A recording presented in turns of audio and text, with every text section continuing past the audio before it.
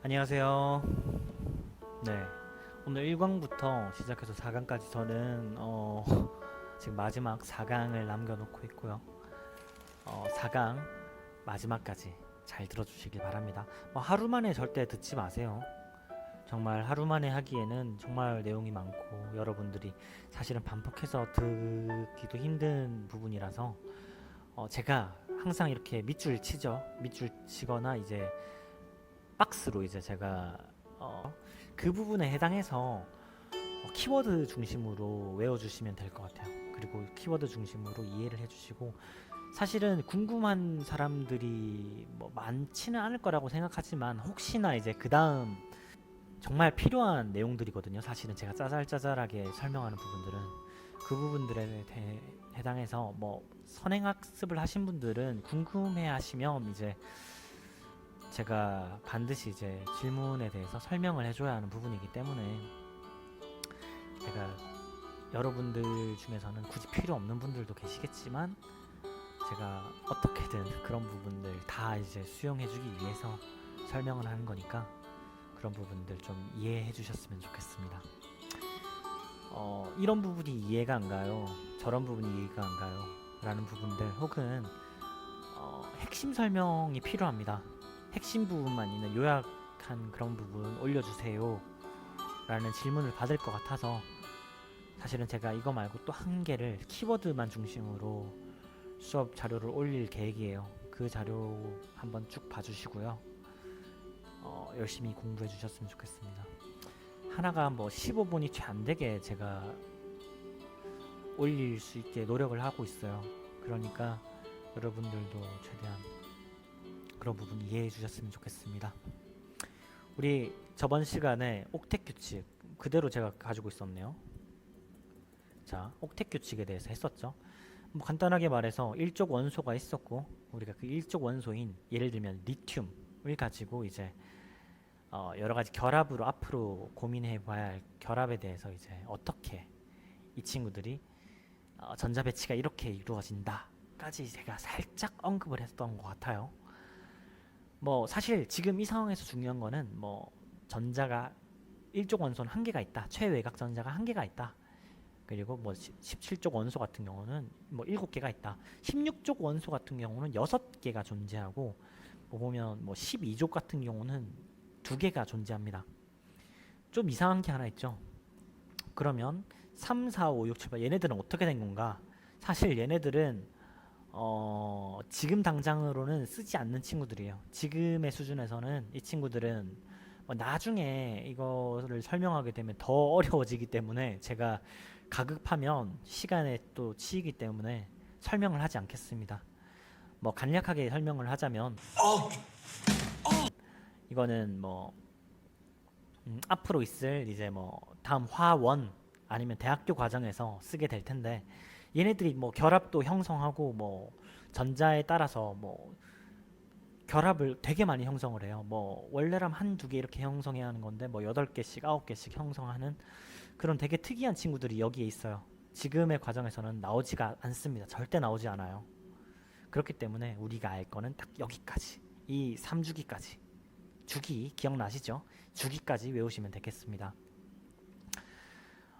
그렇기 때문에 이제 1, 2족하고 바로 13족으로 넘어가는 괴이한 현상이 일어나게 되겠습니다. 그래서 이 부분은 우리가 좀 생각을 하면서 넘어가셔야 해요. 자, 1족은 뭐 전자가 최외곽 전자가 한 개 있습니다. 2족은 2개 있겠죠. 그럼 13족은 몇 개 있을까요? 그쵸? 3개가 있습니다. 14족은요? 4개, 5, 6, 7 0개라고 되어 있는데 사실은 이건 8개가 다 채워진 거예요.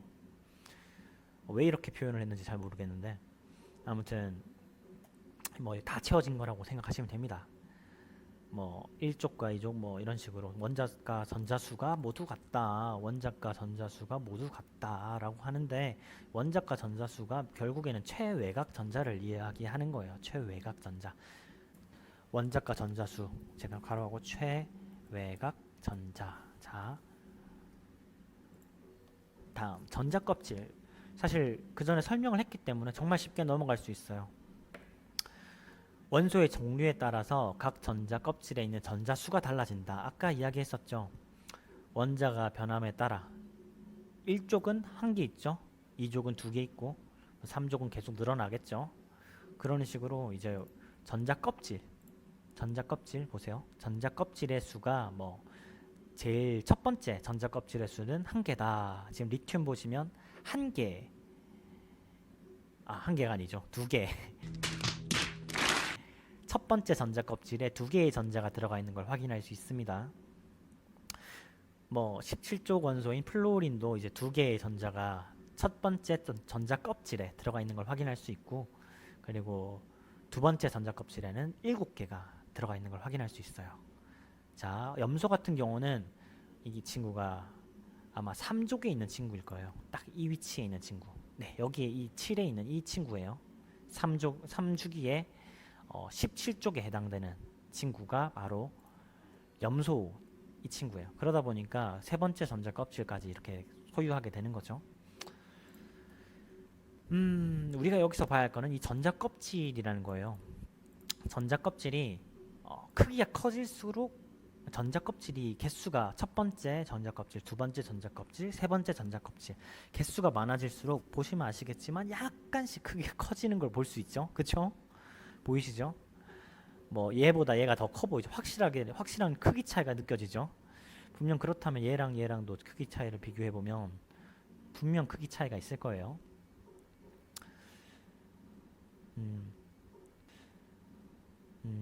누구인가? 지금 누가 기침 소리를 내었어? 여기서 여기로 올라가는 거는 전자 딱 보시면 아시겠지만 전자의 이 원소의 크기 차이가 엄청나게 크게 차이가 나요.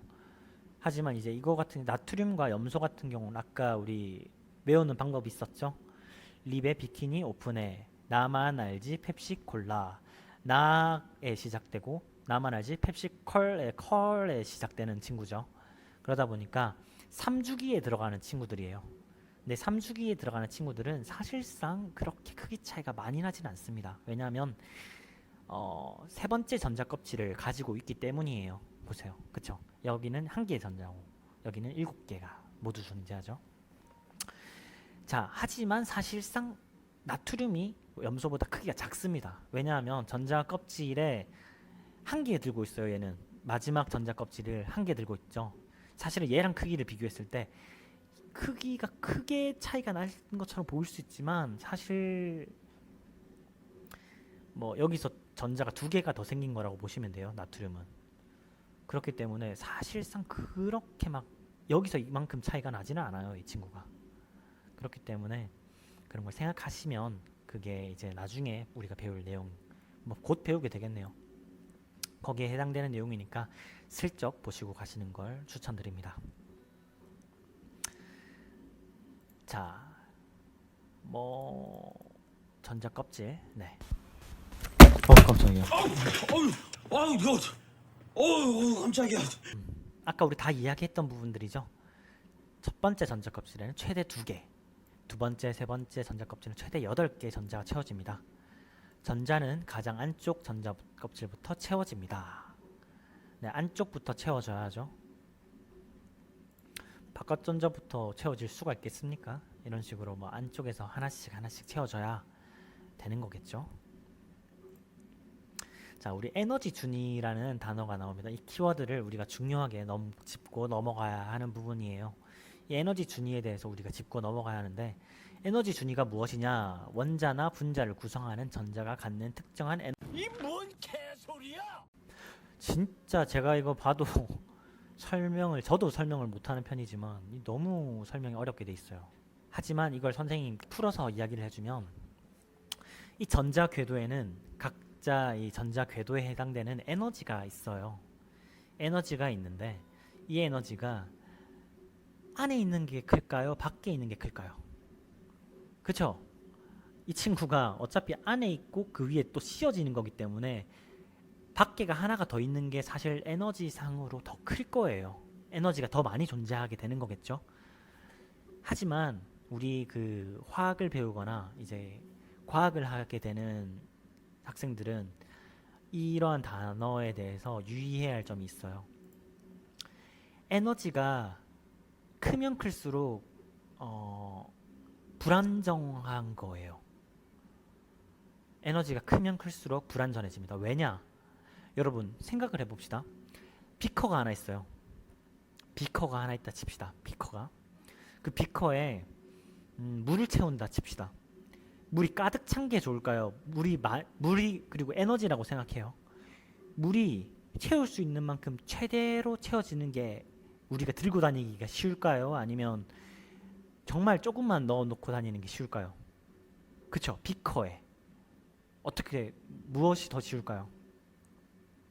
가득 채워 넣으면 쉬울까요? 아니죠. 비커에 정말 조금만 비커에 물을 채워야 옮기기가 쉽겠죠. 그쵸? 그런 거랑 마찬가지예요.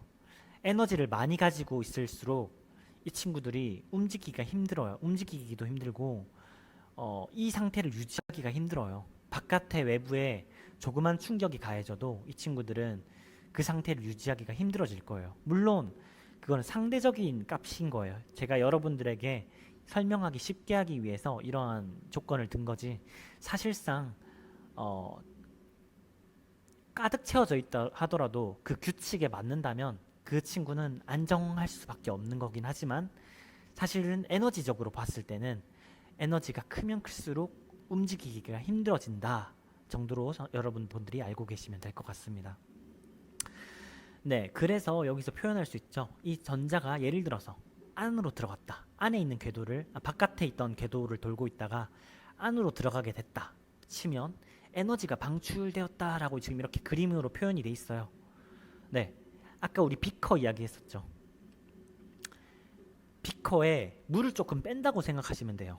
이거 같은 경우. 그러면 그 물이 뺀 만큼, 그러니까 에너지가 방출이 되겠죠. 그러면 그만큼 이제 움직이기가 편해지면서 에너지는 적으로 떨어지고 이 원자 같은 경우는 더 안정해진다는 거예요. 네, 그래서 이제 그 에너지 준위를 표현할 때, 에너지를 표현할 때 에너지 준위라는 단어를 많이 쓰게 되는 겁니다. 뭐 준위는 뭐 에너지의 상관, 그러니까 높낮이 정도라고 생각하시면 되고요. 원자나 분자를 구성하는 전자가 갖는 특정한 에너지값, 그쵸? 에너지값이라고 보면 딱 단순할 것 같아요. 자, 다음 전자의 위치가 원자핵에서 멀수록 에너지 준위가 높다. 에너지적으로 많은 양을 가지고 있다라고 이렇게 이야기를 하시면 됩니다. 전자의 위치가 원자핵이죠. 원자핵에서부터 멀어질수록, 그러니까 첫 번째 전자 껍질에 있는 것보다 두 번째 전자 껍질에 이 친구가 존재할 때 에너지 준위가 더 높다라고 생각하시면 됩니다. 높은 에너지 준위에서 낮은 에너지 준위로 이동할 때 그 차이만큼 에너지를 빛의 형태로 방출한다. 아까 뭐 빛의 형태로 방출한다고 돼 있지만 에너지가 방출되죠. 근데 사실은 에너지가 방출될 때는 뭐 열로도 방출이 될 수 있고, 뭐 소리로도 방출이 되는 경우도 있고, 빛으로도 방출이 됩니다. 하지만 이제 전자와 관련되어 있는 친구들은 주로 이제 빛의 형태로 방출이 되는 경우를 많이 확인할 수 있어요. 우리 스펙트럼 많이 봤었죠. 그 스펙트럼이 얘라고 생각하시면 간단할 것 같습니다. 오늘 배워야 할 거에 대해서 간단하게 짚고 넘어가도록 하겠습니다. 오늘 배워야 할 거 뭐 전자껍질, 그 전 시간에 배웠던 최외곽 전자와 연관해서 똑같은 최외곽 전자가 전자 껍질이라는 말은 절대 아닙니다. 전자 껍질의 마지막, 그 원자를 싸고 있는 마지막 전자 껍질이 최외곽 전자라는 뜻이에요. 전자 껍질에 전자가 궤도에 이제 존재를 하는 거고, 최대 8개까지 존재를 할 수 있습니다. 첫 번째 전자 껍질은 2개까지만 전자를 저장할 수 있어요. 그리고 우리가 에너지 준위에 대해서 알아봤죠. 이 에너지 준위는 이 전자가 가진 에너지의 크기, 특정한 에너지 값이라고 봅니다. 특정한은 뺍시다. 특정한은 너무 특정합니다. 너무 구체적이지 못해요. 그렇기 때문에 빼고 에너지 값이라고만 알고 있습니다. 알고 있으면 될 것 같아요. 이거의 에너지 값이 존재하고, 전자 껍질이 이제 두 번째 껍질보다는 세 번째 껍질이 이제 에너지가 더 크겠죠. 그리고 첫 번째 껍질이 아마 가장 에너지가 작을 거예요. 그렇게 여러분들이 생각하시면 될 것 같아요.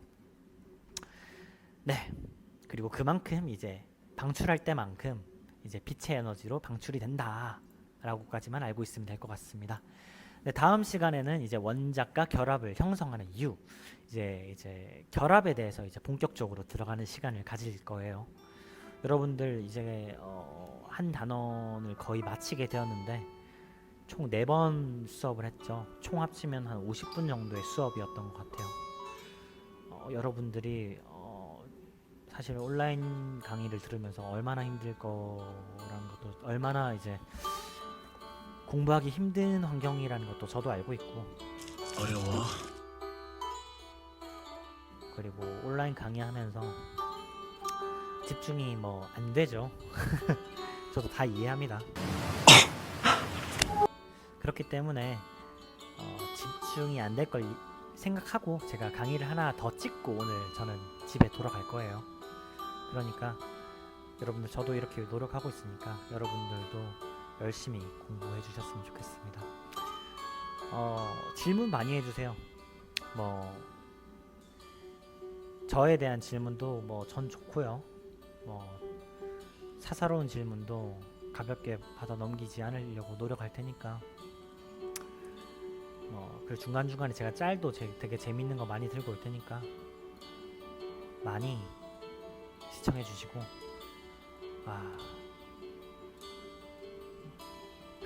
유튜버들 참 대단하네요. 아무튼 수고하셨습니다. 강의는 이걸로 마치겠습니다. 다음 강의는 뭐 다음 주에 올라갈 것 같아요. 그 전에 이제 여러분들 꾸준히 들어주시길 바랍니다. 수고하셨습니다. 다음에 뵙겠습니다.